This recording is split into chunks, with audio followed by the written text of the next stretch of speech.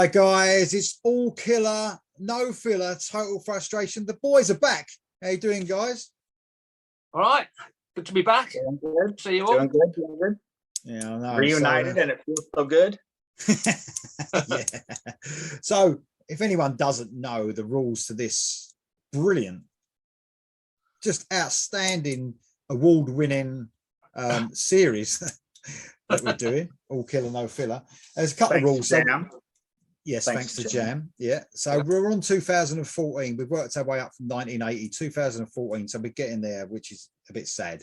But we are taking bigger, if anyone's noticed who watch it all the time, we're taking bigger intervals now just to make it last. So we've worked out our last one's going to be in 2030. Our last program. I'll be dead by then. Yeah. So the rules of all killer, no filler, if anyone doesn't know, like obviously we've got this year, it's 2014 this year. So we look at our best albums of that year, basically, try and get the best tracks possible, but we can't repeat 2 tracks on an album. It has to be 1 track per album. And also the track listing has to match the original track listing, the release. That's about it. We try and bend the rules sometimes, but you know, we get caught out on it quite a bit. So Only Lee. Yeah, not usually on purpose, just because I don't know what the fuck I'm talking about is usually the. So 2014, that's not an odd number. That's an even one. That's an even one. It's actually an even number, which means Jam's going to start with his track 1 from 2014. Okay, right. I've got someone we've talked about, but as part of a band, probably back in the early 80s, and actually one that I sent to Lee and he did a reaction of quite a while ago, and that is J.K. Lee's Red Dragon Cartel. Released, I think, 2 albums now. This is the debut album. And I know you guys really think he's a great guitarist. I mean, I don't really have an opinion on my favourite Aussie guitarist. It's probably Randy Rhoads was probably the first one I heard, but not after he died probably. But I was always sort of grew up with Zach Wild. But I don't mind anything. But anyway, this is a debut solo. Well, it's a band. I guess it's technically a band. It just called the J.K. Lee's Red Dragon Cartel. First track on the album, of course, is called Deceived, and it's a great rocking track. I was quite surprised that how much I love this song. It's one of my favourite songs, maybe not ever, but certainly from this year. So I was quite happy to put this on there. And I actually got to saw him play a download as well. He came out supporting the album and played I guess I don't know if he did as well, probably, if he was there, 2014, I guess. Or it could have been the year after, of course. I started going, I think probably might have been 2017, I think, when I was let loose after my divorce. It's just a great track, great opening riff, really catchy. If you haven't heard it, want to check something new out, check it out. I'm sure Dom's heard it as well, probably. But there you go, Red Dragon Cartel. Oh, sorry, the album's self-titled Red Dragon Cartel as well. Cool. Not only has Dominic heard it, we match. Already. That's the first one for a while. What the fuck? Holy cow, that's been years and years since we matched.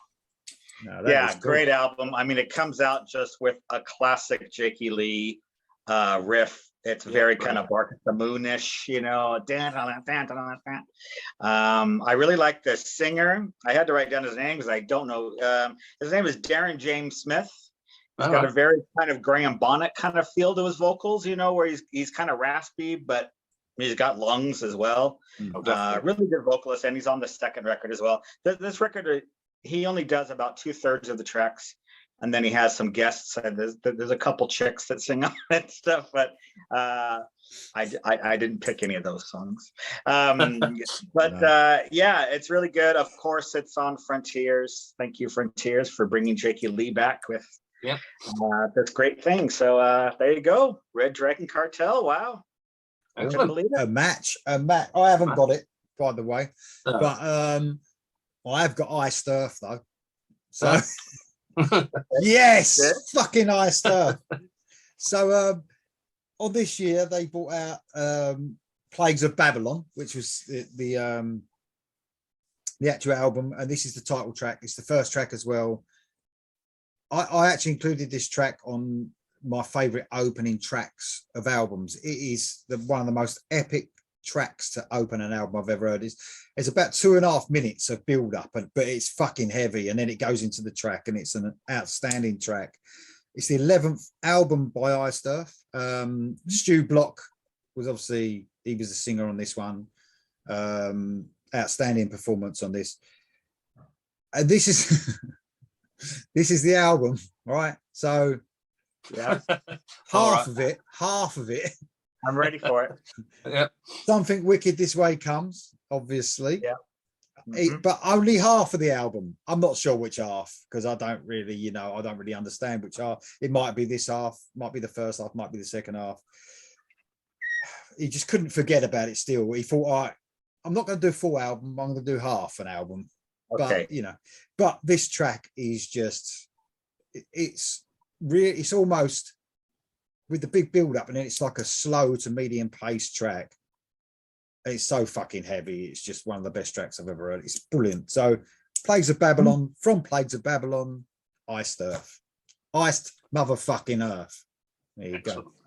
I think I missed your video of your favorite opening tracks of all time. Was that quite early? I don't remember this. A while ago. Was it? Yeah, it's quite a long time ago. Yeah, good show that. Okay. I could easily do another one if you want to get involved, because I mean we only done one, I think. Was that with Mark? Yeah, I think Mark did it. Yeah, I'll be doing something like that. That'd be good. Yeah. Well, we could do a part 2, because there's some, some brilliant tracks. Obviously, fucking hell, we've got a lot to choose from. So there you go. Yeah. Right. Okay. Track 2. Oh yeah, just to mention on Annihilator come into hopefully the UK. They're doing a big tour of the first 3 albums, which some people say is their best. But Stu Block is singing for them. Obviously, they forgot his name. Doesn't want to sing anymore. So doesn't want to sing it on tour. So yeah, Stu Block's going to be singing that. I'd be interested. I know that Stu Block sort of wound his vocals down, you could say, from extreme to being Iced Earth, because Iced Earth ain't extreme band. They can be a bit thrashy at times, but I know that he does all the, I don't want to say it, because I know it's an art form, shouting and screaming. Cookie Monster. I suppose you could call it that. He does like screams as well, but I know he does a lot of his old band. I think before he joined Iced Earth, he was quite extreme, I think. But I don't know what Annihilator, he might give it a bit of that as well, but he can fucking sing that. He can fucking, I mean, he's got an outstanding voice. Brilliant. Yeah. Oh, as though any clean vocals in an Annihilator, they never get that bad. They don't do any of that. So. Okay, sorry, digressing. Track 2 is from a young British band, or they were at the time, obviously they're 8 years older now, but it's a band called Struts. I was just talking to Lee just before, so there's the last band I went to see, which is a couple of weeks ago. It's their debut album called Everybody Wants. Track 2, the song is called Could Have Been Me, which is a classic Struts song, if you know them. It's usually the last song they ever play. Well, they ever play it in a gig. Really good band, sort of rock and roll. Not really, I suppose you might say this glam rock and roll, glam rock. They're not really the normal sort of band I'd listen to, but a friend of ours told us they were playing Download, and he said that they actually live in Derby. They were Derby based. I thought, well, I've got to go and see them. I think only one member's actually from Derby, but they were all living in Derby at the time.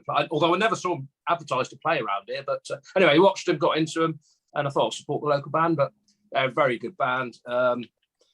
Singer is sort of like a cross between Freddie Mercury and Mick Jagger. He just looks like he's a rock and roll star. You know what I mean? Some people have got that persona. Very good singer as well. Never seen Struts. Definitely worth watching as a live band. Even if you don't particularly like music, just one of them rock and roll bands that fill the place. But I mean, they played Rock City the other week. They filled it out. I was surprised. I thought, because sometimes they don't have the balcony open if it's not that sold out. But no, the whole place, and that's pretty good, considering they haven't done a lot for a few years, obviously due to COVID and not had an album out recently. So there you go. Struts Could Have Been Me. I caught them at Download. They were really good. I mean, when I come out of there, I didn't really, go after the music or anything, but to see them live, I think you're right. They're really good. But I could see Dom's. He was having his thinking cap on there. I think when you was trying to explain what sort of music they are, he was like, So I'm waiting. I'm waiting for Dom's view on the glam rock and roll. They sound kind of like an indie band to me. I mean, I don't know. I don't dislike him, but I think if he didn't primp and preen and everything, because the other guys aren't really very rock and roll looking. I don't know. I just think that they're more kind of an indie band with kind of a glamish lead singer, but I don't dislike them. But I don't think they're super rock and roll either. No. I either thought Don was going to choose it the second track again. I thought he was like up to something again, but I don't know. Oh no, sorry. Definitely not now. No. So okay, what are you? Clash forget today. Thanks for that, then, Jam. Anymore. Very good, Jam. What you got then, Don? I've got Evergrey. Oh. Spoken about them once, I think, before. This is from their 9th album, Hymns for the Broken. The track I picked is called King of Errors. I believe this was the single. I think there's a video for it as well. They're pigeonholed into progressive metal, but you know, I don't really like progressive metal as such. It gets too widdly, you know, and not very melodic, and the vocal lines and choruses are few and far between. They're just like almost an excuse for them to do their shit. So I don't know. There's a few bands on here that are technically progressive metal, but they're not really if I like them. They're not what I think of progressive metal. But anyway, I really like this band. They're very kind of dark melodic. Some of the stuff is almost even maybe a little goth, like the keyboards and stuff, kind of goth. They're on AFM, our old buddies at AFM Records. Yeah, great band. I assume they're still going, but I don't think they've had anything. They are. Yeah. Haven't had anything recently though, have they? Or yes. I think this year, I think they've either just bought something out or they're just about to. Oh, I think they've already bought one out this year. I'm sure they're all or the end of last year. Very recent anyway. I'll have to check it out. But yeah, great band, Evergrey, Swedish, of course. There you go. I don't know what it is about Evergrey. You know, I listened to them. I've heard quite a few songs of theirs. It's like, I think technically, you know, they're really good. They sound really big and fucking bombastic or whatever, you know. And you're right. I don't think of them as progressive. They've got quite a few long songs and stuff like that, but that don't mean it's progressive. But the only thing I would say with them is that I feel that I listen to one song and then the next song and it sounds they blend into each other. Yeah. Do you know what I mean? But I can definitely see that. It's definitely one of those that the more I listen, the more the layers come out and it gets catchy, and you can, you know, it's one of those you have to take some time with, which in our world, especially when everything's at every music is at the tip of, you know, we can just go see anything, listen to anything. Yeah. You know, we don't really take that time to put on an album, listen to it over and over again. But they're definitely one of those bands that the more I hear them, and I don't listen to 3 songs in a row. I'll hear it in like a mix, you know, of other bands. So it does kind of stand out because they do have their own thing going on. But I understand what you mean. And no one else sounds like them. You're right there, which is I agree. Obviously. So very cool. Cheers, mate. Okay, I'm going a bit heavy now. So I'm going to the band Down. Spoken about them, I think, every time they've had a release. So this was the EP. The second EP, the last one we've had from them, I think. I don't think we've had anything else, which is a shame. But this is the purple, it's called Down EP Part 2 or something, I think. But this is a single. This is weirdly catchy but heavy. It's We Knew Him Well. It's fucking brilliant. It's so heavy, but it's really catchy at the same time. I can't really explain it, but obviously Phil Anselmo and the guy is from Corrosion of Conformity. Yeah, Pepper right? Keenan. Kirk Weinstein from Crowbar. Yeah, we know them by now. They've got less. I think they've got less. They were never extreme, but you know what I mean. At the beginning, there was quite a bit of shouting and stuff going on in the Down songs. And as they've gone in their career, and that last one, I think probably Phil Anselmo, I don't really want to shout no more. Perhaps he ain't got the voice for it. I don't know, but he better start getting it though. Now he's doing Pantera again. But he's almost doing the singing thing all the time at the end of the Down stuff. So that's cool. And We Knew Him Well is just so fucking heavy. Like I said, I love that song. So that's my track 2. I can see we've got a bit of an opinion there about the Pantera. Can we have a quick 30-second opinion on that? First, we go Jam. We go Jam first. Jam, about you? Well, obviously, you say you can't have Pantera without the two founding members, I guess. But I don't know, I always have the opinion it's harsh when you've got a whole band, for instance, I'm being a bit long, but harsh when you've got a whole band and then their singer leaves and then everybody can't can't listen to the rest of the band just because they've got a new singer. So, you know, it goes both ways. So we've got an original singer here, so why can't we have a new band? But yeah, it is the two. If it was the other two members, or it was the bass player, it wouldn't be so bad, and perhaps the drummer, but being the main guitarist is difficult. That being said, I'll see him. If they're playing, I'll see him. I've seen the original one, so I'm all right. I've seen the original one. Quick one on that. I just think it's completely unnecessary and way too late, and so much bad blood between those brothers and Phil Anselmo, and now for him to go out calling it Pantera, I think it's a bad move. But you know, it'll probably be successful. So what do I know? I don't know. I was going to say, I just don't think that. I don't think they'll necessarily tour here. I think if they're playing Download, I'll go and watch them. That's where. Whether I go and see them on tour, I don't know. If they're playing venues, I might do. I don't know. But I'd certainly watch if they're playing at Download and I was there. I think I would. I know they're not going to come to Cornwall, but you know, I wouldn't mind because I never got a chance to see Pantera. But I'd go if I was around. You know, I mean, if it was convenient or whatever. But yeah, I haven't really got an opinion, which is a bit silly, really. But you know, I don't think they should bring new music out or anything like that. I think that would definitely be... not that. No. Anyway, that's that little.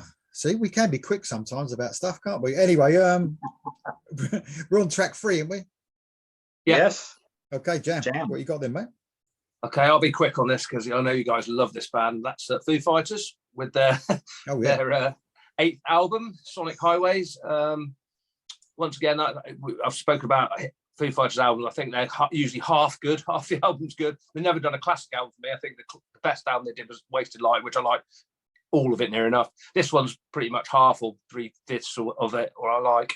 It's got some great songs. This is the one where they went around and recorded different cities in different studios, and they did it on tape. I think they recorded it on tape, so it's got a good sound. The song is called Congregation. Some great other songs there, Something from Nothing, Feast and the Famine, and The Outside. Good songs. This one features Zach Brown and is recorded in Nashville. And yeah, it's a great rocker, brilliant chorus, one of them classic Foo Fighters sing-along songs, mid-pace rocker, and yeah, really like most of this album for those Foo Fighters fans. There you go. Cool. Don, Foo Fighters. All right, Foo Fighters. I've got Tesla. Oh yeah. From Simplicity. This is their 7th album on Frontiers Records. Track I picked is Rise and Fall. It's got a real kind of Freedom Slaves kind of vibe. You know, it's not a ballad, but it's not a fast one. It's a kind of a chuggy, heavy-ish for Tesla, you know, that kind of thing. But yeah, I really liked this album when it came out. I found out later that it's not really well regarded. I don't know. A lot of people when it came out apparently didn't like it, but I thought it was pretty good, and definitely liked it more than the previous two. And it's definitely better than the Def Leppard one they did a couple of years after this. So yeah, Simplicity. I think it's a good, solid Tesla album, and they kind of dropped a lot of the kind of down-tuney stuff that they were doing on Into the Now and stuff. It was just straight up Tesla. So I was happy with it. So there you go, Simplicity. I think the title, it sort of did what they were meant to do. Simplicity. It was what it was meant to be, back to basics and stripped down and basically in it. But yeah, pretty good album. I like the album. Okay, good one, mate. So I'm going to accept from the Blind Rage album and the song Dark Side of My Heart. Typical Accept song, excellent groove to it. This is Mark Tornillo, obviously, on vocals now. 14th studio album. I've just really got into Accept more. I think I said to you before, weirdly, I like some of the Udo stuff, but I prefer them now. That's a bit controversial, maybe, but it's just the songs themselves I like more. It's not that I prefer Mark Tornado's voice to Udo's. I think the songwriting's really strong now. And I think that's where I gravitate towards them. But really cool song. Like I say, brilliant groove to it. Just almost sounds like it could have been off the Metal Heart album or something like that. A brilliant song. There you go. That's my track 3. Accept. Excellent. What? Track 4? Track 4, I've got like 4 really pretty heavy bands on my list, and this has been quite soft up until now, so we're starting to get to heavy stuff now. This is Slipknot from their 5th album, 0.5, The Grey Chapter, obviously the one after Mark Gray died. Mark Gray? Something Gray died. This song is called The Devil in I, which is heavy, but one of the perhaps slower ones on it. I think there's some great songs on this. I probably shouldn't mention them actually, because I think they're probably later on in this this list in case Lee's got some or someone else has. But yeah, it's got a fast intro, but it's more sort of slows down a bit, and it's very song. It's quite a mellow song. Yeah, I mean, you could even call it a power ballad. I don't know, for Slipknot, heavy chorus for them. Yeah, for them. Yeah, yeah. It's got really good.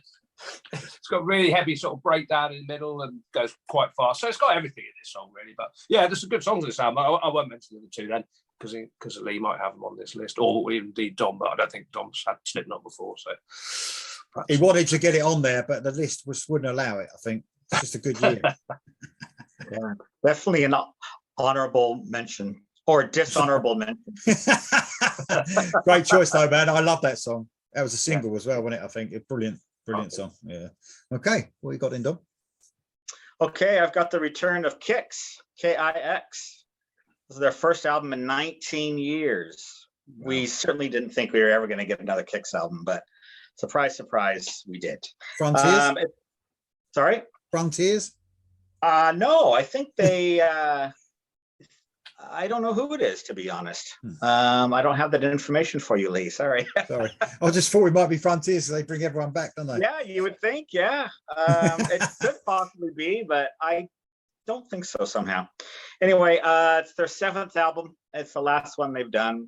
So I'm glad we got one more at least. You know, we didn't think there's going to be another one because their main songwriter, who was the bass player, he quit or got fired or whatever.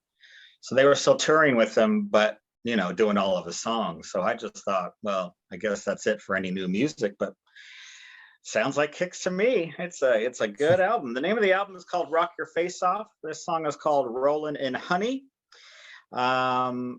Unbelievably, it debuted within the top 50 in the US on the album chart. Unbelievable. Yeah. Fair play to them. And, the song itself is just your Kix, kind of good time, AC/DC inflected rock and roll. There's some great cowbell in this one. Rolling in Honey, you can imagine what he's talking about. So yeah, I love Kix so much. So there you go. Very cool. I mean, if they bought one out, that album out a few years earlier, it wouldn't have done so well. But these days, sort of coming back, isn't it? Yeah, so yeah, hopefully they've got another one in them. I love it. Maybe, mate, maybe.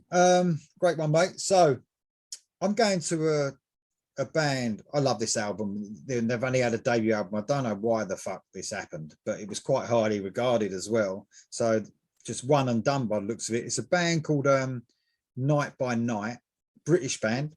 The song's called Everywhere Tonight, from their, obviously, the debut album, which is Night by Night as well.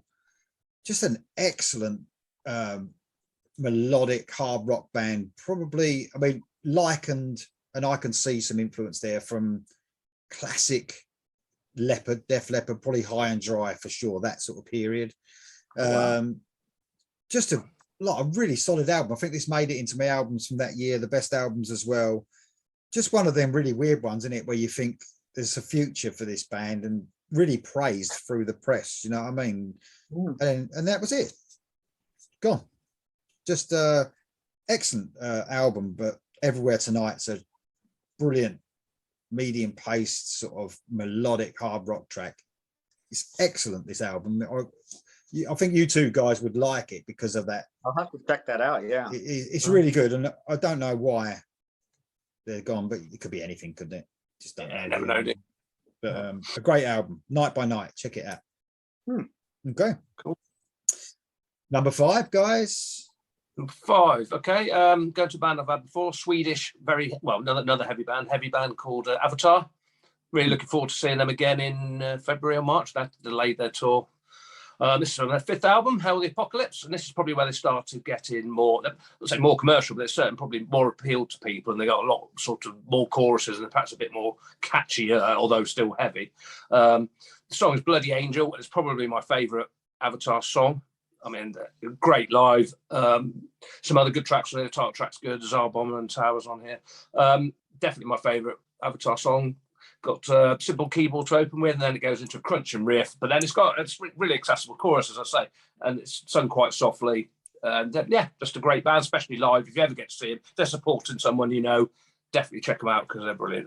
They're getting bigger, but I don't think they're ever going to be massive big time. But you never know. They're a bit weird, aren't they? Bit strange. The singer's a very strange bloke. Yeah, but he's brilliant. He's great. He's one of them great frontmen. Not that weird ain't bad or anything, but no. Always reminded me a little bit when I've caught a tiny glimpse of them, reminding me a bit of Rammstein for some reason. I don't know why. Well, I mean, yeah, they're not industrial. They're definitely not industrial. They're definitely. If you look at Wikipedia, it says they're death metal, but not maybe some of the early stuff. That's what it says. Yeah, but not really. I don't know why I thought of them. I know they don't sing in German or anything, but I don't know why. Maybe it's just the weirdness. I don't know. Maybe. Anyway, fuck that up, didn't I? Okay, anyway, cut. What you got there, Dom? Goodbye, mate. By the way, thank you. Well, this is another return to form for one of our bands. This is Winger. Yeah. From the album Better Days Coming. And the track I picked, this is the one, this is the track. If you want to surprise someone with what Winger sound like now, this is the one. It's called Tin Soldier. It's almost proggy. It's lots of time changes and great guitar work from Red Beach. It's melodic, but it's dark. It's not. It's all about coming back from war and everything, and not being able to get it out of your head and all that kind of stuff. Just a blazing track. Okay, so let's see. This is their 6th album and their last one. So they haven't had an album in 9 years. Come on, guys. I've heard their. Well, you keep hearing rumors, didn't you? But I've heard that they have completed or near enough completing an album. I know. Come on. I know. 10 years, too long. And I'd love to cover them now, doing the channel. I'd love to cover new music. Do you know what I mean? Because obviously, only doing it a couple of years, but exposure. Yeah. But they're coming out with Skid Row later in the year, so perhaps they'll have something out released then. Yeah, hopefully. It makes sense if they're coming over. They might have something to promote. So I don't know. I'll let you know. Shut all them pricks up who think they're no good. Do you know what I mean? Just shut them the fuck up. So let's see, what did I say? It's their 6th album, last album. This was on Frontiers, actually. I don't think the other ones were, but maybe I'm wrong. And yeah, just a great record. I would say it's my favorite one since Pull. So even though I did like their comeback albums 4, 5, and 6, this is my favorite one since 93 or whatever. So definitely a terrific album all the way through. Very cool. Cheers, mate. Cool. Thank you for that. So bit of solo stuff from Michael Sweet this year. So the title track from I'm Not Your Suicide. I love this song, man. It's got a huge chorus. I mean, he's obviously Stryper and Michael Sweet hitting the stride around about this time, and he's just a fucking machine songwriter. Just unbelievable, but and everything's of high quality, but this is a brilliant song. I suppose this sort of 3/4 of this album was really fucking good, and like later on he even made even better solo albums, you know what I mean? But still a really strong album. Sort of left the AOR sort of side behind and went more metal, just like Stryper are, I suppose. But if you don't think Stryper are metal, well, you're wrong about that as well. So not talking to you, by the way, just the people watching. Okay, Right. thanks. Phew, I was scared there. So, Michael Sweet, I'm Not Your Suicide, just brilliant, absolute brilliance. And Striker got a new album out this year as well. Yes. Is I'm Not Your Suicide the name of the song or the album? Both. Oh, okay. Title track. Title track, brilliant. Yeah, new album out this year, isn't it? So I'm looking forward to that. So there you go. Okay, right, track 6, guys. Okay, track 6, got a classic band here, AC/DC, and a title that Dom's going to love, got some rock and roll thunder. Mm-hmm. From Rock or Bust, AC/DC's 16th album. So they've done 2 more since this? 1 more since. Black Obviously Ice one last year. was one of them. Black Ice, was it? Yeah, I think it was Black Ice Well, before Black this. Ice was before Was it? Rock or Bust. Okay, Yeah, they've only had one since Rock or Bust. which is Right, Power yeah. Up. Power Up. Was Oh, yeah. Power Up. Yeah. I might be confused because I've written down I saw these at Wembley, but I think that might have been Black Ice tour actually. I've definitely seen them. I've seen them a few times, but yeah, I thought it was this tour. But yes, I think if Black Ice was before it was probably on that tour or something. Anyway, some great songs on there. Same as a lot of modern AC/DC albums. They're okay. They've got some good tracks on them. Some of them not so good, and some of them generic, of course. But I do like quite a lot of songs on there. I won't mention any in case any of the other guys have got any on there, and I'm not sure which other ones I've got. But this was, I don't know if it was a single or not, but they played it on the tour. It's mid-pace, typical AC/DC rocker. Yeah, like a lot of their stuff, it's not going to be stand out. It's modern AC/DC, isn't it? So there you go. But I like it. Got some rock and roll thunder. Cool. Cheers, mate. Thank you very much. We Yeah, got I think five of the 13 tracks or something all had rock in the title on this album. Fucking brilliant. Never changed. Never changed. No. Oh no. Okay. We're on 6, right? Yeah. 6. Okay. I've got a band I haven't talked about before. This is called State of Salazar. Mm. I'm looking for Lee's recognition. No. Yes. No. I've heard the name, but I've never heard any of the music. Okay. At least you've heard the name. Yes, I have heard the name. They are, again, guess what label they're on? Frontiers. Yeah. This is okay, so they're Swedish, and this is their first album. They have a second one as well a few years later. This is pure AOR, keyboard heavy, melodic, just harkens back to the Journey Survivor days,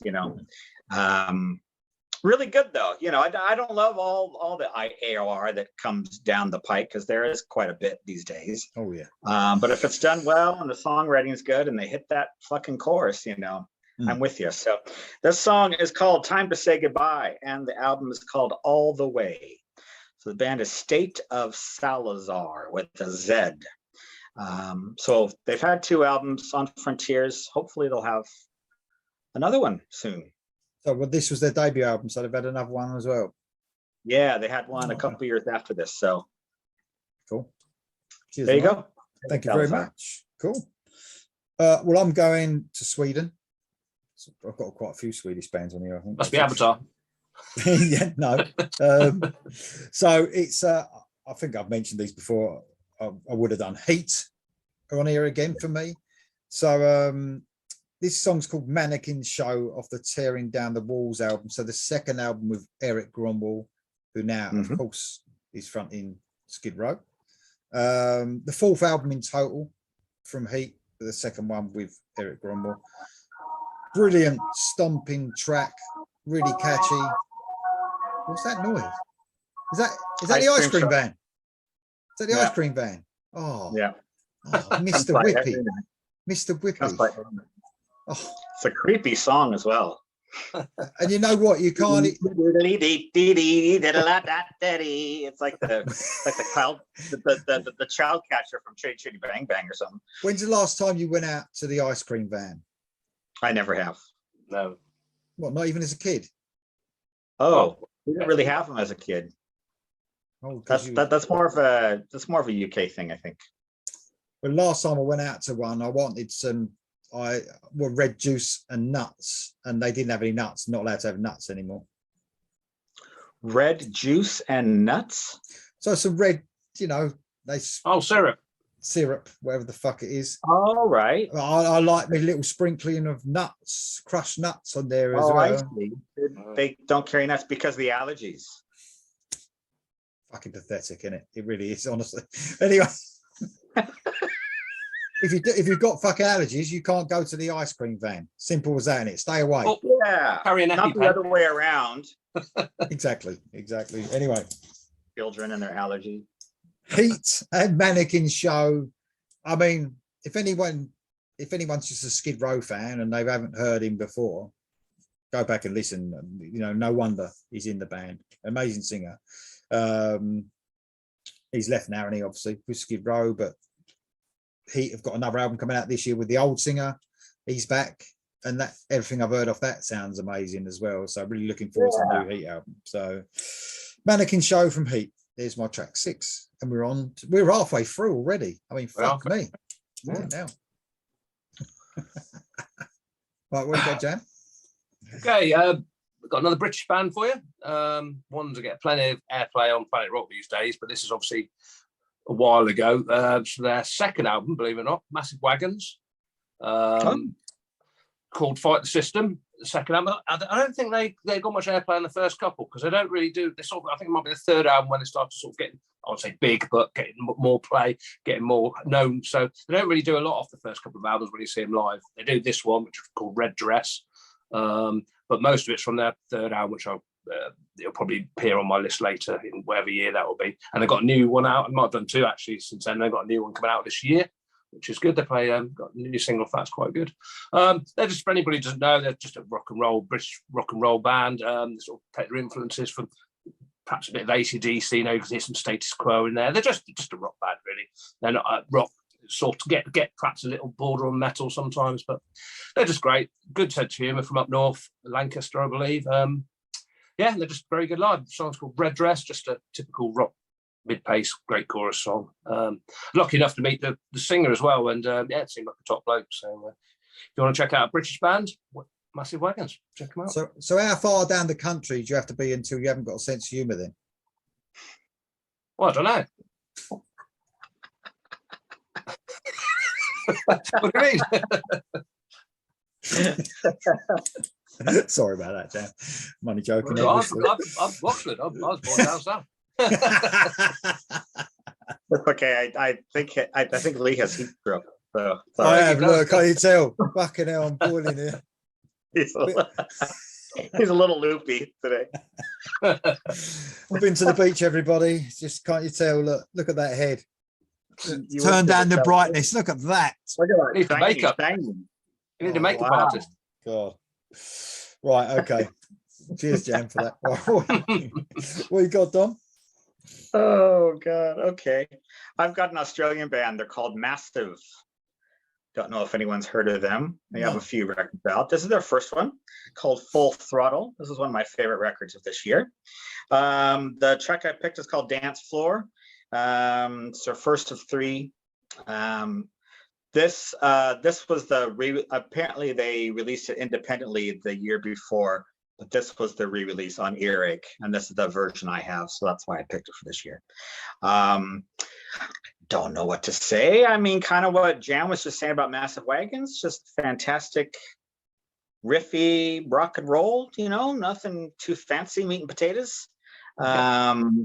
Really strong album. I believe that someone told me that this album, I don't remember where I got it, but I think this was attached to a classic rock magazine or one of the other big like rock magazines, like as a free CD. So maybe many of you out there have it as a free CD in one of those little cardboard sleeves, and you've never listened to it. So go get it, put it on. It's a good one. It's a good one. So I think they're still around. So I'd love to see them live someday. Cool. There you go, Massive. Thanks, mate. Massive with an F or Massive. Oh, okay. Massive. So that's how I talk. Massive. You know what I mean? Massive. Yeah. Hey, sorry about that. The heat is getting to me. Anyway. Oh, you're crying even. I know. I'm going to Sweden again for my number 7. So I might have mentioned this band before. I don't know, but it's Work of Art. Yes, you have. Yeah. Great AOR Swedish band. Not together anymore, sadly. Song's called The Machine from their album Framework. The third album, of course, one of these guys is in Wet, or was in Wet as well, with Eric Martinson and Jeff Scott Soto.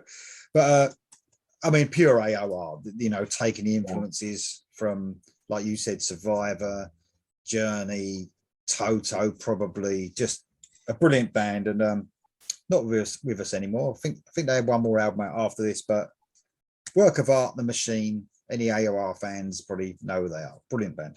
Okay, thank you very much. Track 8. Okay, well, this ties in what we talked about earlier with a bit of Pantera, because this is Vinnie Paul's band, Hell Yeah, which I have mentioned before. I don't know if this is their last album. I don't know when he died, about 3 or 4 years ago. So I think they might have done one after this. This is Blood for Blood, their 4th album. I think they did do one more. Anyway, you can correct me if I'm wrong, but certainly this is probably one of their better ones. Not that there's anything wrong with them, but I didn't pick anything off the 2nd and the 3rd album, I don't think, because I don't like it as much. But the 1st album had some songs. But Blood for Blood was really good. There's the song I picked called Hush, which is it's not a ballad. You know, one of them songs, it's not a ballad, but it's certainly softer than the rest of the stuff on there. Pretty much like the Slipknot one I was mentioning earlier. So, it's as ballady as they go. It's a heavy song, but perhaps not as upbeat and thrashy, put it that way. But it's a great song, Hush. If you haven't heard it, it's catchy, sing along. And yeah, it's a great song. There's another song on here called Moth, which is of a similar vein. They're my 2 favourite songs on the album. So that says it all. They're both worth listening to. And I would have put Moth in if it would been obviously different on the track listing, but it's where it is. Hush I probably prefer actually anyway, but no, great songs, worth checking out. Hell Yeah, if you're a fan of Pantera, but you like a bit of a southern twist, because they do have a sort of a country twist to some of the songs, specifically mainly on the 1st album, obviously being Texans and that. It's worth listening to, and they've only done 4 or 5 albums, and they're not going to do any more, obviously, so worth checking out. Yes, mate. The way Jan was thinking about then, I thought he was going to say Hush, the fucking Deep Purple. Yeah, I thought, fuck it, is it going to be that? But no, obviously not. Well, it's not even a Deep Purple song, Hush, is it? Who did it before that then? Cover version. Joe South was the original. Singer called Joe South. Yeah. And then it was Deep Purple, and then it was Kula Shaker. They've all had hits with it. Yeah. And then I think Dickinson and there's like an all-star version with Ian Gillan and Dickinson and stuff. I think there was, yeah. Maybe in the mid-90s or something. Right? Kind of sounds familiar. I don't remember the specifics of that. I hope no one else brings that out, honestly. No, I don't particularly like it anyway, but this song with the same title is much better. Listen to this song. I don't doubt it, mate. I really don't. Okay, what you got then, Dom?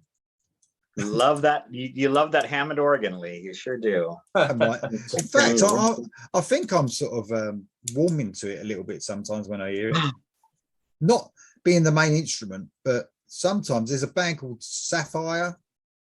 I don't know if you've heard of them. They use a bit of Hammond organ, but they do it really well, Well, so do Europe as well, since they've come back all heavy. I'm not totally anti keyboard. Yeah. I'm not totally anti Hammond organ. Just okay.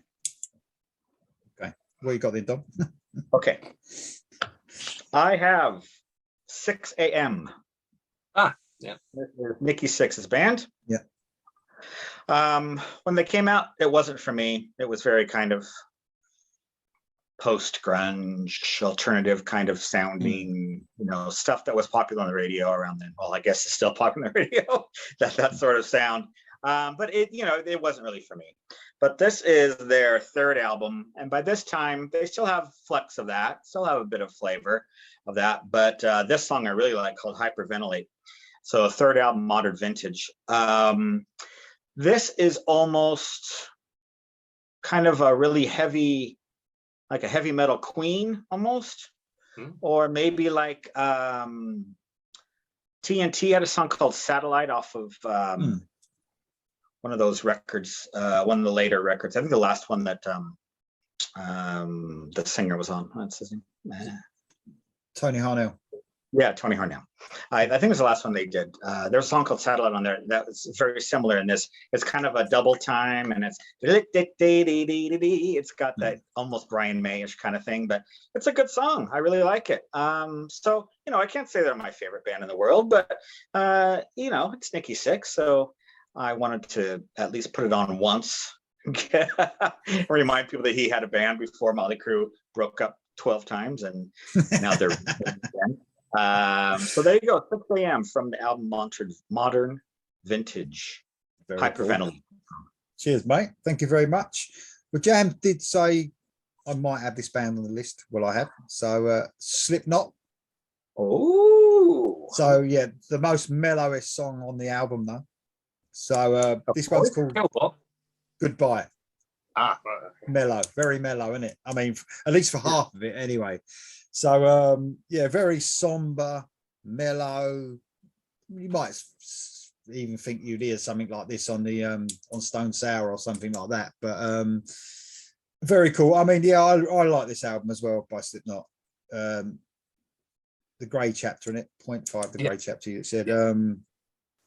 I think this is where I like it when they obviously delve into the more appealing sort of melodic side that they can have. I mean, sometimes they just go full throttle and it just sounds too mad for me sometimes. It sounds like, funny enough, it sounds like there's about 8 people in the band. That's what it sounds like. 8 or 9 people. Imagine that. Yeah, imagine that. That's what it sounds like. It just sounds like a mess sometimes to me, Slipknot. Although I think sometimes they're really good, but there's other times I think, you know, just fucking strip it back a bit. I mean, it's too much going on. You get all this, all this shit, and then people are chucking kegs of beer around, and but I blame that clown, because doesn't he just bang on pots and pans through every song? Yeah. I blame the clown. And occasionally bangs his big fucking clown nose on things and stuff like that. But I mean, they do write some good stuff, and Stone Sour, I'm a massive fan of them, but Slipknot do some good stuff sometimes, and Goodbye is one of them. So that's my track 8. Okay, track 9, guys. Okay, this is possibly the heaviest band we've ever had on here, and although this song's probably not the heaviest one on the album, it's supposed black and death metal. This is Behemoth from their critically acclaimed album The Satanist, their 10th album, believe it or not. Polish band. The song is called "O Father, O Satan, O Son," as in S-U-N, not son. And it's I love it. It's epic. 8-minute closing song. But it's not like that. You see, it's slow. It's slow and heavy, this song, and it's there's a video to it as well if you want to watch it. But it's just so, I just love it. It's got clean vocals, but they're sort of growled a bit, if you like. But it's got like a sermon at the end. It goes out with. Are they a Christian band? Are they a Christian band? No, I don't think certain viewers will want to be watching this. I think he wears a crown of thorns through some of it. But anyway, that's worth checking out. Honestly, I don't think you'd be put off by it. It's a great song. I quite like Behemoth. I've got the last couple of albums. They're certainly the very extreme end for me, but I don't think it's unlistenable. I don't like the screaming when you can't make out what they're saying. Some of the slower stuff with just growlings, you know, lower range vocals, I don't mind at all. And Behemoth, pretty good. They're Polish, by the way, which I didn't realise until I looked. I thought they were Scandinavian, but they're Polish. So yeah, there you go, Behemoth. O Father, O Satan, O Son. Possibly the heaviest band, probably. I don't think we've had much here. No, good one, though, mate. Very good. Thank you very much. Have they got scary trees? Is there any scary trees on the album covers? That's what I want to know. No. Well, on Satanist, it's probably got Satan, but no, I don't know. I don't remember trees. No trees. Good. Okay. I've actually seen Behemoth live, believe it or not. Yeah, I've seen them a couple of times. Yeah, good. They wear corpse makeup, of course, but yeah. I think they're at. Yeah, we was talking about Wacken earlier, weren't we? I think they're there. Next week. So my neighbour was saying. Yeah. Yeah. Anyway, okay. I love that you have metal neighbors. Yeah. I mean, they do like the extreme stuff, but I must admit that I was quite happy. Obviously, the first day I moved in and went out into the garden, and I could hear my missus went, "Oh my god!" Like, you know, I was like, "Yes, Yeah.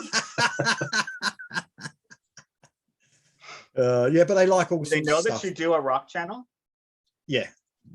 Oh, do they ever watch it or They have done. mention it? They have done, Oh, but obviously, yeah, they're into more. They do like some of the straightforward metal, but it's more the extreme stuff. But, Sure. so, yeah. Sure. Well, that's nice. You have a nice relationship. It is. I love my neighbours. Yeah, I love them. Anyway, I fucking lost track now. Just in case they're watching. Yeah, they might be watching. I love my neighbours. They're the best neighbours anyone could ever have. I think they sound brilliant as well. So Yeah. Okay. Number 9 for me, another band that we haven't mentioned, or I haven't mentioned before, called Nightingale. Mhm. They are Swedish progressive metal. I kind of have a theme going on here, but not really progressive. Exactly. It wouldn't be on my list if it was, seriously progressive metal. Okay, so this is on the label Inside Out, which is a great label. They really put out most of the terrific modern prog stuff. They're kind of like Frontiers, where you kind of know it's going to be quality. I don't like every album Frontiers make or Inside Out, but I'd probably give it a chance more, knowing that it's on that label, kind of that sort of thing. Okay, so Swedish progressive metal, their 7th album, Nightingale, 7th album. And the thing I like about it is that it is metal, but the singer is more of a prog singer. He doesn't have a kind of like, he doesn't sing like the guy from Dream Theater. He sings more in kind of a lower register, like more of a progressive, you would find in like a progressive band, but then the backing has a bit more riffs and stuff than you would expect of, I don't know, whatever, Porcupine Tree or whatever. But yeah, he's got that terrific, great melodic voice with like heavy riffs. I think it's a great combination. There's lots of bands I like that have that. 10 is one of them, and things like that. So yeah, there you go. Nightingale. In 2013, already on their 7th album. So, like you said, that band, that label, release lots of stuff, don't they? I've seen them all the time releasing stuff out there. Yeah, cool. Yeah, and they're getting big names as well. Like the new Jethro Tull's coming out on Inside Out too. So I think that the older bands know that they can be trusted with this. They're not going to get lost in the shuffle. It's going to be like a big deal. So good for them. Thanks, mate. Well, I'm going to Sweden as well. Crazy Licks.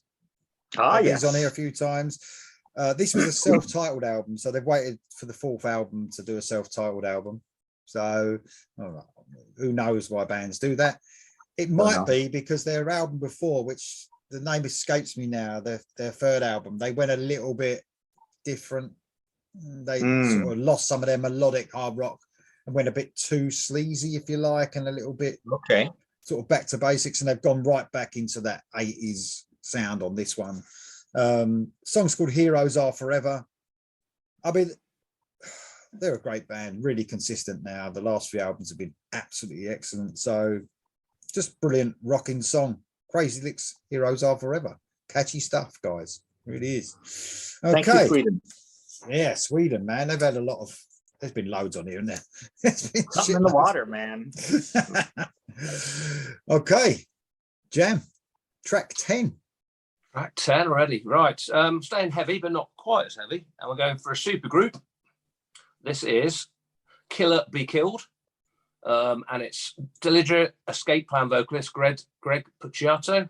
Can't know how you say that. Max Cavalera, obviously from loads of bands, obviously most notably Sepultura and Soulfly. Troy Sanders from Mastodon, and Converge drummer Ben Collar. Now, as you can imagine, that's 3 singers almost, because obviously Max sings and Troy Sanders sings in Mastodon as well. So you've got 3 lots of vocals going on here, not at the same time, obviously. So you've got quite a dynamic sound here. This album is absolutely fantastic. It's called, that's the debut album, sorry, it's called the same, Killer Be Killed. It's their debut album.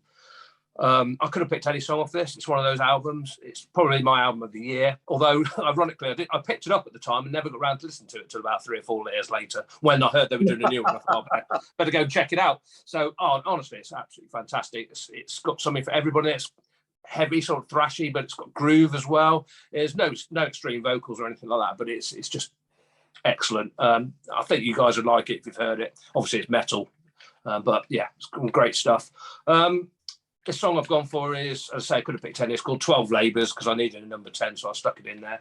There's probably better songs on here on the album, but this is still great. Slow intro, picks up some pace in the middle. I think clean. Troy sings this one. I think quite clean vocals, and it's got a cracking exit. So there you go. If you haven't heard it, check it out. I think Vamp might like him. I've heard him. Oh, here he is. Here's Vamp the is a prick. big fan. Here's the prick. Come on. Don't just walk around crying. What's the point of that? Come on. Come up and see Dom and Jam. Come on. Coming in. No, I don't want to see you today. He probably will when I don't want him to. That's what happened. Yeah, of course. And then I'll knock over your thing. I might check that out, actually, Jam. There's a lot of, I know there's a lot of love for that band. I hear a lot about being spoken about. Have they recently had an album out as well? Yeah, I think it must have been last year or the year before, which is really good as well. So I like the sound. When you say they're all clean vocals, do you mean that?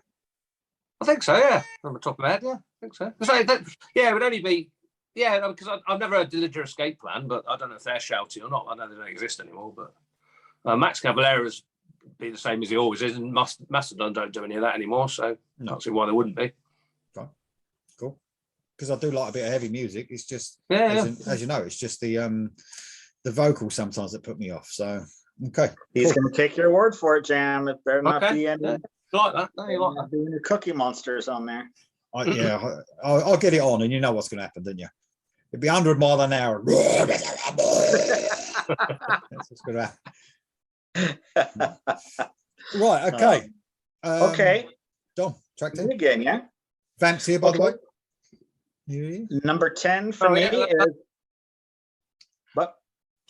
Vamp is here. Oh, hi, Vamp. Hi.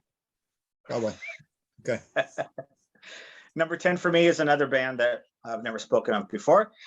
This band is called Fortress Under Siege. The name of the album is Phoenix Rising, and the name of the track I picked is Blue Valley Shadow. Now, they are described as Greek progressive power metal. Okay. But my attitude towards power metal is pretty much my attitude towards progressive metal, so you know that it's not really either one of those things. Yeah. It's just a bunch of words, isn't it? It's just a bunch of words. Nobody, no. I mean, yes, they have riffs, and yes, they might be a bit intricate here and there, but I wouldn't pick anything that doesn't have some melody and a decent singer and all that kind of stuff. So yes, I guess it's kind of prog metal. I guess it's a little bit power metal, but it doesn't have that double bass thumping, and it doesn't have a lot of whittly stuff. This is their second of 3 albums.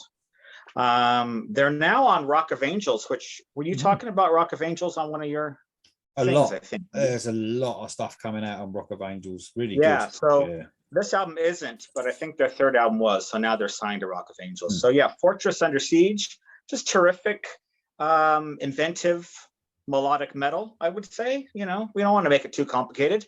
No. Good stuff, really good stuff.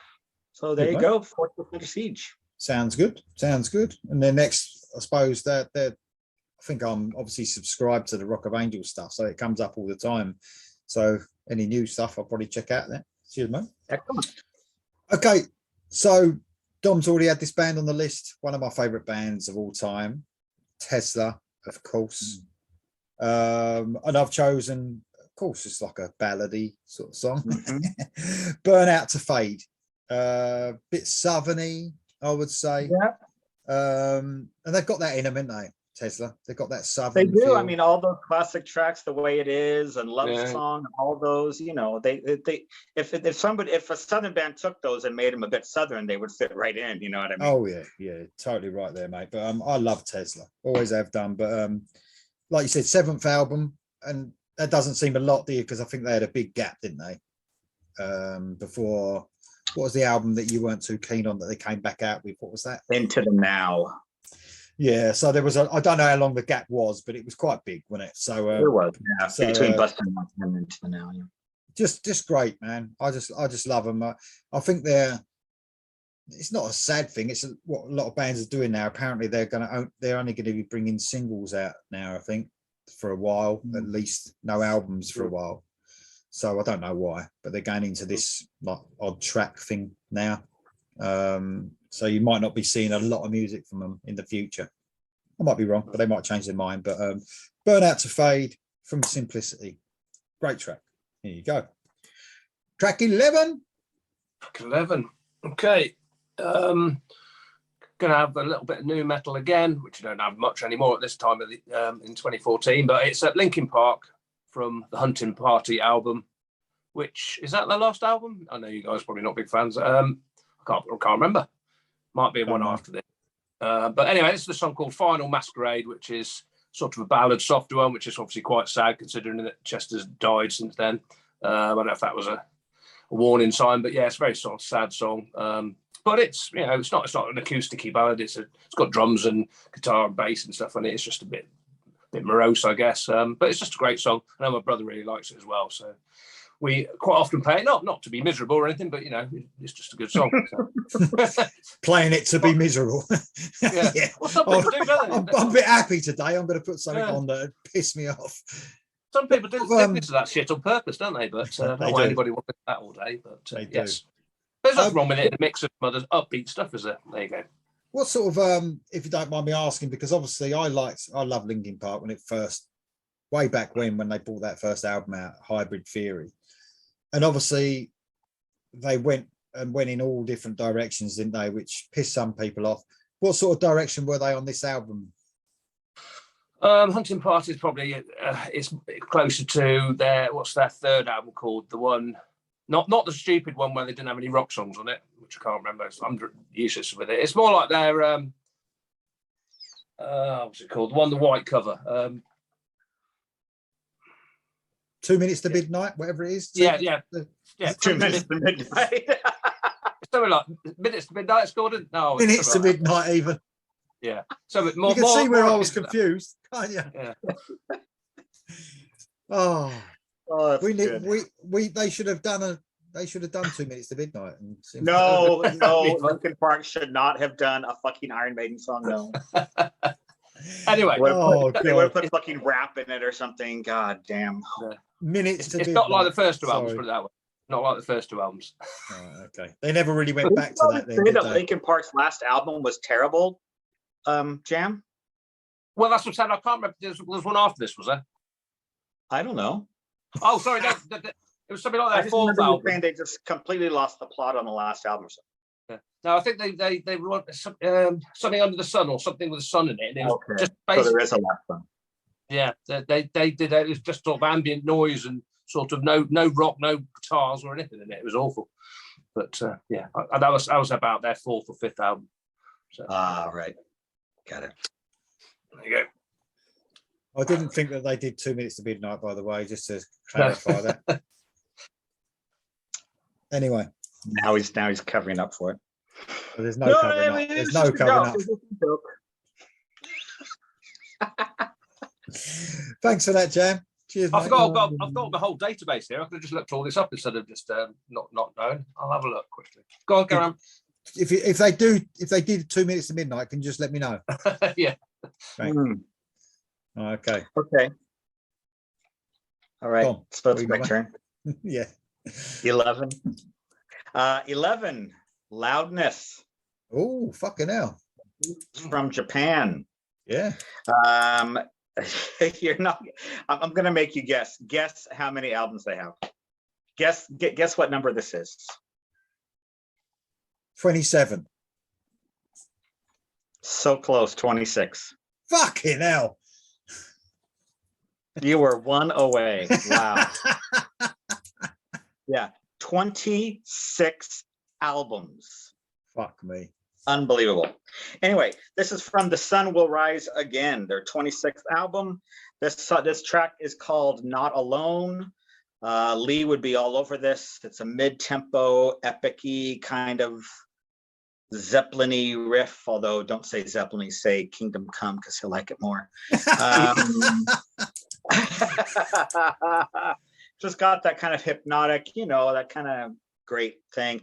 Yeah, it's 6 minutes, 8 seconds long, mid-tempo. You would really like it. Heavy but melodic. Yeah, there's still, can you believe 26 records, the 26 albums, and they're still making terrific music. I can't remember what album it was, but Mark is a massive Loudness fan. Mark Really? Lower. So he recommended one to me, one of them 80s albums, yeah, I really liked it. I mean, the guitaring was just ridiculous. Oh yeah. Oh, there's an extended solo on this track that's just phenomenal. And I think a lot of their albums they brought out in their own native language as well, and I think they've done that as well. That's why 26, because some of them they re-recorded in English and Japanese as well. But still, I mean, what a feat! 26 albums. That's unbelievable. Yeah, unbelievable. And I mean, obviously, they probably come from the right. Being in Japan, probably the best place for them, because that's where they just like that music all the way along. When all the shit music was, when all them trendy grunge and new metal was going on, they was probably still fucking really popular. You got it. Is that more than Saxon? How many has Saxon done? I don't think that many. Maybe up to 20, maybe. Yeah, something like that. Amazing stuff. Shout out to Loudness. Yeah. Okay. Gomi arigato. What does that mean? Thank you very much. Thank you for that. No. Right. I'm going to Winger because they're brilliant. So obviously from the Better Days Coming album, an epic ballad, of course. 6 minutes and 39 seconds of brilliance. Out of This World, it's called. Terrific. It's just, I mean, like I said before, I'm really looking forward to new stuff from Winger, because I think, are we at that time where people will listen to them and go, you know what, that is fucking brilliant, even the people that didn't? Do you think we're at that time now? I don't know. I saw them on this tour in Glasgow, and it was a fairly small place, but it was packed out and a very receptive audience, and people were shouting requests and stuff. Like, it was a really enthusiastic, and they had played Download a couple days before that, where they just played with, and the audience was no reaction whatsoever. And they're like, we'd rather play for you, for 500 people that are really into us than for 20,000 who couldn't care less if we're on stage. So it's one of those things. The thing is, I think that it's like people that like them fucking love them, don't they? It's not one of them bands that you can like, yeah, they're all right. You know what I mean? You either love them, you know what I mean? So, no, very cool. But an excellent song on an excellent album, Out of This World from Better Days Coming. There you go. Did you ever see that lockdown video they did in 2000? It was for the track Better Days Coming. They re-recorded, but they did. It was like an all-star thing. So like it had, I don't know, people from all sorts of bands. Richie Kotzen was in it, and I don't remember exactly who. Chips Enough was in it, and just a million people, but they're all on little screens and taking their part. I didn't see it. No. Yeah. You should check that. I think you'd really dig it. Yeah. No, very cool band indeed. And obviously Red Beach is getting a lot of love now, and and stuff, and well deserved as well. So no, excellent. So Winger, Out of This World. We're on the last track, guys. We are. Okay. What you got? Okay. Classic band that we haven't had for a while, actually, because I think we both all prefer the earlier stuff, and this is Blackstone Cherry with their fourth album, Magic Mountain. Didn't particularly like the album compared to the first couple, as I said. I don't, but I do like some of the newer ones. But this, the last song on I've got number 12 is the last song on the album, and it's convenient because it's great to have your favourite song as number 12 because it makes it so much easier. This song is a bit of fun, and it's called Hollywood in Kentucky. It's just a great, feel-good, catchy song. It's with a bit of humour. Obviously, singing about if what the title says. So they just got a few bits and pieces said about what movie stars would do this if they were born in Kentucky, that sort of stuff. It's a bit of fun. And at the end of it, it's got a banjo outro. So what more can you want in a bit of fun southern country song than that? Hollywood in Kentucky from Blackstone Cherry. Great track. Absolutely brilliant track. Well, thanks, Jam, for your tracks, by the way. Thank you. No worries. Much. And giving us the heaviest band of all time on our lists as well. Thank you. Okay. So far. What you got there so far? What you got then, Dom? Okay, I've got Judas Priest. Had to bring this one up. This is from Redeemer of Souls. This was their best album, in my opinion, their best album since Painkiller. So what's that, 25 years, something like that? I like that album, by the way. I must say, I do like this album. Yeah, just to get I was really quite happy with it. It's the first with Richie Faulkner, so I have my opinion about them replacing KK Downey with another blonde, long hair. It's almost like like a younger version or something. But anyway, obviously he came in and kind of took it up a notch. I think they probably needed some new blood in there after Nostradamus and all that kind of stuff. Back to basics, as we like to say. Track I picked is called Battle Cry, which is a real just kind of standard twin guitar attack Priest, pretty fast. They named a live album this as well, Battle Cry. 17th album, and believe it or not, this was their very first top 10 album in the US. Yeah, first time in the top 10, so fantastic. Well, Turbo would have been in there. Yeah, you'd think. I think a lot of them were top 20. I think the closest they got was maybe Screaming Vengeance was like 11 or something. But yeah, this is the very first top 10 album in the US. So Good for them. Yeah, Judas Priest just back on fire in all cylinders. So very cool. Good ending to an excellent list. Thank you very much, Dom. Thank you. We've got a match. Oh, not for Judas Priest. Blackstone Cherry. Yeah. 3 matches today. Yeah. So this is fucking fun. Really good fun. And it's sort of looking back, and I've mentioned this with Southern music quite a bit. Lynyrd Skynyrd do it, but they do it more seriously, looking back at the old times and when you could leave your door unlocked and all that. But they sort of do that. I think they sort of mean it, but take the piss at the same time. But there's some funny. I had to write down a couple of lyrics. Yeah, I couldn't think of the top of my head. Yeah, but there's a funny one here that just made me crack up when I was looking at the lyrics. It says, "You'd open up your truck door, of course, taking out your lover. She might be your cousin, but she wouldn't be your brother." Yeah. Which I thought was quite amusing. There's loads of those sort of things in it. They're talking about, when KFC was Kentucky Fried Chicken, the old days and all that, Quite a funny song and really catchy at the same time. Yeah. I think you're right about the album itself though, Jam. I liked it a lot at first, and then I quickly it was almost their drug album, this one, wasn't it? Have you noticed there's a lot of drug songs on this? Peace Pipe, also, Me and Mary Jane, yeah. Peace Pipe, yeah, Me and Mary Jane, a lot of drug references on it, which is cool. That's all right, but it's still got to have the fucking songs, isn't it? Yeah, simple. Good album cover. All right, talking about drugs, as long as the songs are good, talk about grunge, you've got to do, if you can do a Dirt album, you've got to have the songs to back it up. I'm not saying it was anything like that, but quite a cool, an all right album. But I think I think they've gone down and downhill in my opinion since the beginning, but still all right. I quite like the last album. Yeah, but that's a fucking funny song, really funny. Okay, so any honourables? I know that Dom don't have many these days because he just don't want to yap on and on, does he? But you got any? You got any, Jam? Yeah, just 4 real quick. Machine Head, Bloodstone and Diamonds, Now We Died, Killer and Kings, a couple of good songs on there. First time I haven't had Opeth on the list. They did have an album, Hail Communion. I do like it, but the songs didn't quite fall out right for me.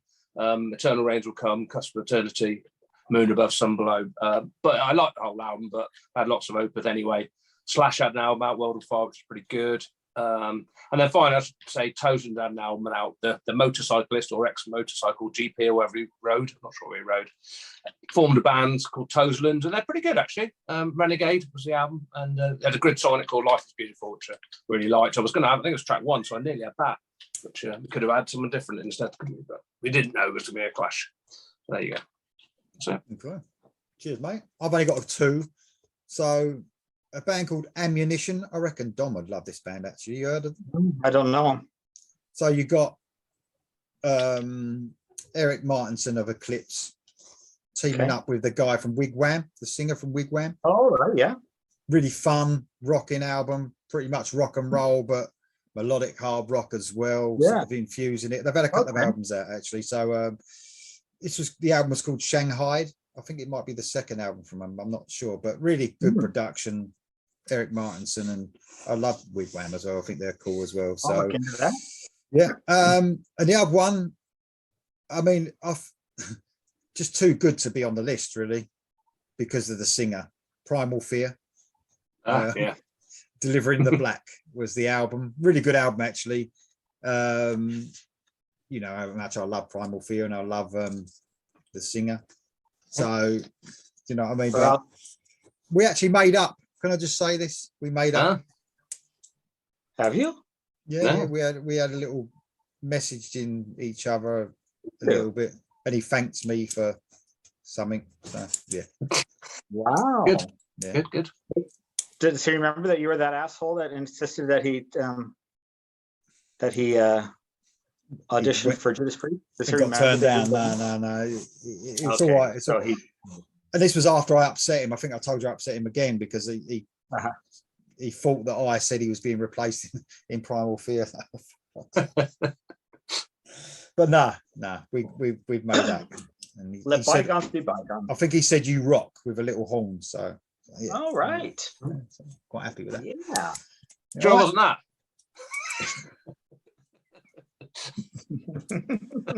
You rock. Yeah.